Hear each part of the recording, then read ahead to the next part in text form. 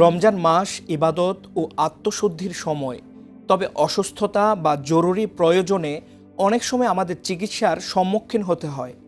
আধুনিক চিকিৎসার কোন পদ্ধতিতে রোজা থাকবে আর কোনটিতে ভেঙে যাবে তা নিয়ে অনেকের মনেই সংশয় থাকে। চলুন জেনে নেই চিকিৎসা সংক্রান্ত জরুরি কিছু মাসালা। 1. Injection insulin. শরীরের চামড়ায় বা মাংসে ইনজেকশন দিলে রোজা ভাঙবে না, কারণ ইনজেকশনের ওষুধ সরাসরি পাকস্থলীতে পৌঁছায় না। একইভাবে রোজা অবস্থায় ভ্যাকসিন বা টিকা নেওয়া জায়েজ, তবে বিনা কারণে শক্তিদায়ক ইনজেকশন বা স্যালাইন নেওয়া মাকরুহ। 2. রক্ত দেয়া বা নেয়া। টেস্টের জন্য বা অন্য রোগীকে রক্ত দেওয়ার কারণে রোজার কোনো ক্ষতি হয় না, কারণ এতে শরীরে কোনো খাদ্য বা পানীয় প্রবেশ করে না। 3. ইনহেলার ব্যবহার।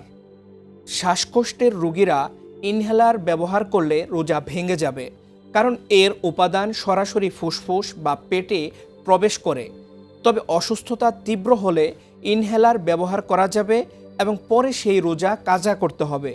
সম্ভব হলে সাহরি ও ইফতারের সময় এটি ব্যবহার করা উত্তম।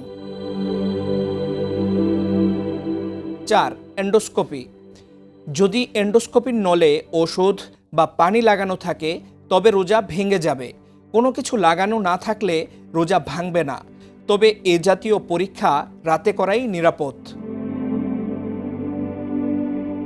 5. ডায়ালিসিস। ডায়ালিসিস প্রক্রিয়ায় শরীর থেকে বিষাক্ত পদার্থ বের করা হয়, যা কোনো খাদ্য বা পানীয় নয়, তাই ডায়ালিসিসের কারণে রোজা ভাঙবে না।